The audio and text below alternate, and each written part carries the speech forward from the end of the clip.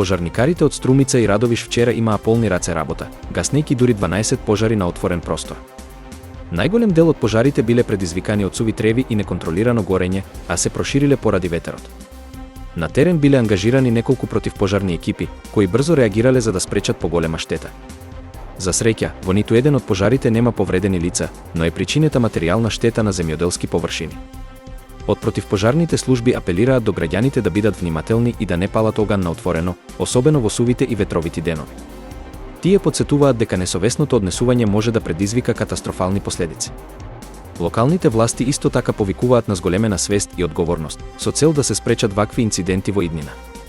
Најавени се засилени контроли и казни за оние кои ќе бидат фатени како палат оган на отворено.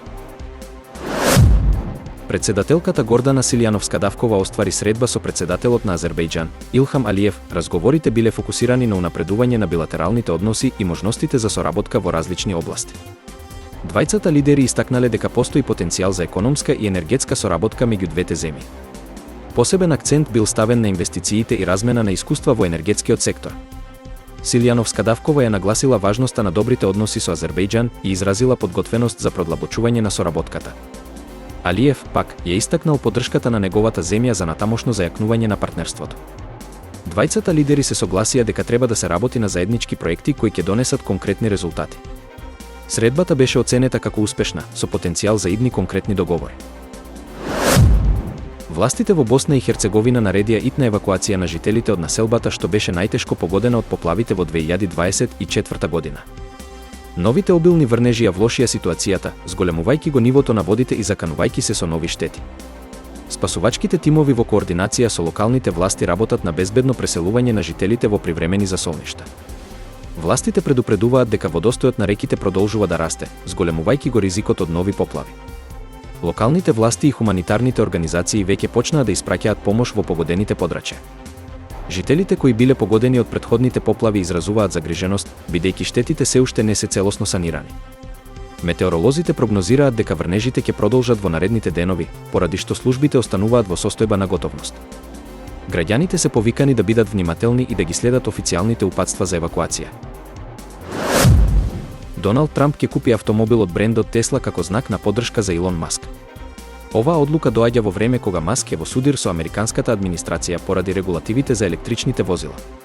Според извори блиски до Трамп, тој лично е избрал својата Тесла и планира да ја користи во својата кампања.